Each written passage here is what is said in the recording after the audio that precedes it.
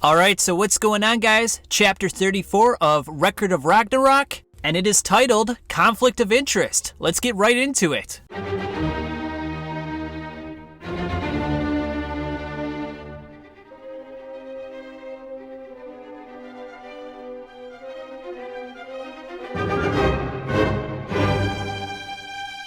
So we're bracing ourselves for the battle between the 7 lucky gods and Loki against Buddha and Sasaki and his crew. So it looks like it's going to be a pretty epic match. I'm getting very excited. Everyone's getting in their battle stances. The poses look absolutely epic. And then one of the 7 lucky gods pushes Loki out of the way and points like a fish gun at Buddha. And he takes a couple shots, and Buddha very nonchalantly just kind of skirts right out of the way. So even though the guy was at point blank range, he was not able to touch Buddha. Now he's looking completely emasculated at this point. His whole manhood is just out the window. He couldn't even hit a god at point blank range. And then Loki decides to put his hands up in this weird sort of formation, and he's got these chains and hooks coming out. So it's looking pretty epic again. Another nicely drawn manga panel.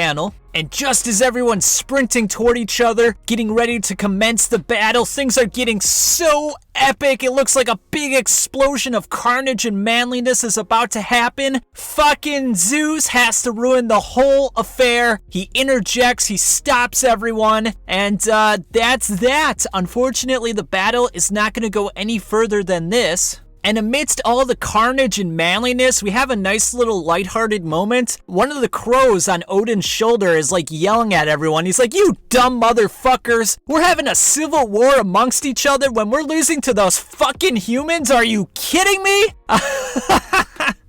But wow, after this, Odin has the most manly moment of the chapter. He tells everyone to just stop being a dumb bitch. And wow, he really puts everyone in their place. Now Loki just kind of plays off the whole event as if, this is getting boring. I'm just gonna jet. I'm getting out of here. But he does give Buddha a very menacing look. So it looks like the whole confrontation will continue at some point. I imagine Loki's gonna get his boys together, or maybe someone else, to try to help him take down Buddha and get a little bit of vengeance. But he gets out of there, so do the 7 gods. And then Zeus has a little one-on-one talk with Buddha. And Zeus, in a roundabout way, kind of just says, "Hey, don't start any shit. We got enough problems on our hand at the moment. Let's focus on the task at hand. Let's defeat the humans, put these mother effers in their place, and then we can just go back to living our normal lives." But Buddha doesn't like being talked down to, not in the least. And I would imagine all of the gods just have massive egos. I mean, they are gods after all. They're almighty, all-powerful. And Buddha just laughs right in Zeus's face. And he's like, "The only person that can push me around is myself." So he's implying that he is in fact the strongest god amongst all the other gods. So this will be very fascinating. Will Buddha be a contestant for the gods in the future? Or will Buddha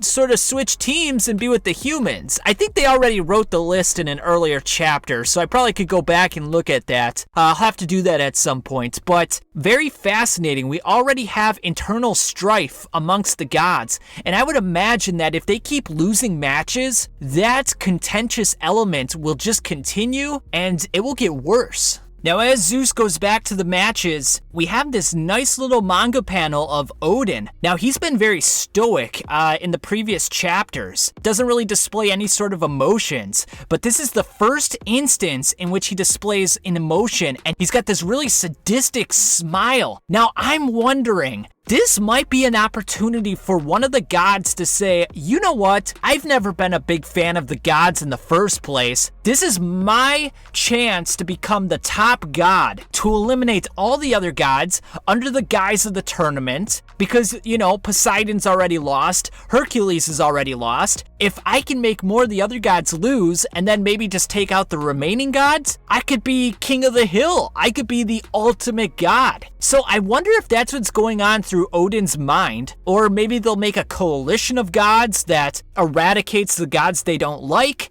Who knows? But then Zeus gets back to the tournament, and he's very surprised to see that Shiva's battle with Raiden Tamimon is not going so well, as one of his arms is like blown to shreds. I mean, just absolutely wrecked. And then the chapter ends with a line saying the strongest god of destruction has been injured by Raiden Tamimon. So holy cow, guys. I mean, does this mean that Shiva is gonna go down in the battle and the humans are gonna finally take a lead? And what is that gonna do to the gods' resolve? Are they gonna start to lose confidence in themselves? Is that internal strife going to proliferate to a point where they start attacking each other like Loki did to Buddha? So many questions, but this is very fascinating stuff. I can't wait to see how this battle concludes and see how the gods are able to cope with this. It would be very cool, I think, if the humans win this battle, because the gods took a 2-0 lead to start the battle, so it would be interesting to see if the humans get a lead now and see how the gods respond to that. But very fascinating chapter, guys.